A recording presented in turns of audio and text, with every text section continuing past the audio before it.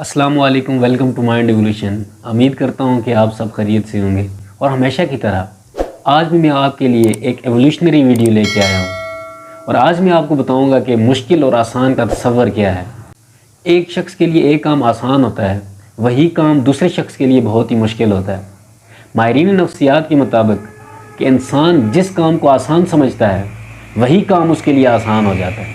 کہتے ہیں جو مشکل کا تصور ہے یہ آپ کی سوچ پہ مبنی ہے۔ کامیابی کے اصولوں کے مطابق آسان کام کرنے سے کبھی زندگی آسان نہیں ہوتی۔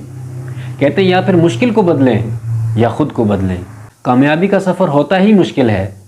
کہتے ہیں کہ چڑھائی کدھر آسان ہوتی ہے کہ چڑھائی کو چڑھ کر ہی آپ بلندی تک پہنچ سکتے ہیں۔ عموماً مشکل ہمیں یہ بتا رہی ہوتی ہے کہ آپ یا خود کو بدلیں یا طریقہ کار کو بدلیں۔ تو اس لیے یاد رکھیے، یہ جملہ کوٹ کر لیجئے کہ اگر آپ مشکلات سے بچیں گے تو پھر آپ کامیابی سے بھی بچ جائیں گے۔ کہتے ہیں کہ جنت میں جانے کے لیے مرنا تو پڑتا ہے۔ اگر میں آپ کو مثال دوں طالب علموں کی، کہتے ہیں کہ جو طالب علم ہے اس کو علم کا ہی طالب ہونا چاہیے۔ بہت سارے ایسے طلبہ و طالبات ہیں کہ جو ہمیں یہ شکایت کرتے ہیں کہ پڑھائی بہت ہی مشکل ہے۔ انہوں نے پڑھائی کے تصور کو بہت مشکل کر دیا ہے۔ آج کل لوگ آگے نہیں بڑھتے اس لیے کہ کہیں وہ ناکام نہ ہو جائیں، حالانکہ جو ناکامی ہے وہ آپ کو سبق دے جاتی ہے، اور ناکامی کی وجہ سے آپ کے اندر خود اعتمادی آتی ہے کہ پھر آپ کے اندر وہ ولولہ آتا ہے، وہ جوش آتا ہے کہ آپ کہتے ہیں کہ I can do this.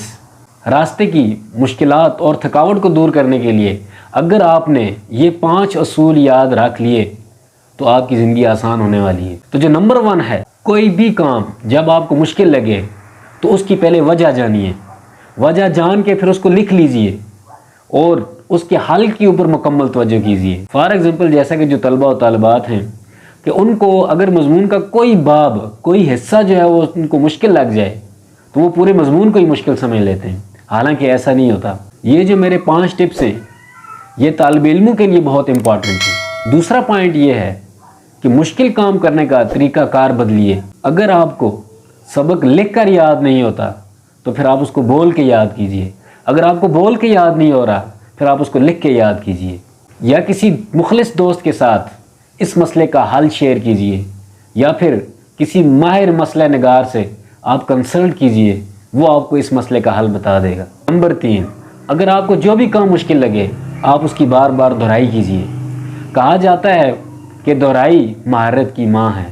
Number 4، کسی بھی بڑے کام کو آپ چھوٹے چھوٹے حصوں میں تقسیم کیجئے، پھر سارے انجام دیجئے، اور وہی کام جو آپ کو مشکل لگ رہا تھا وہی آپ کو آسان معلوم ہوگا۔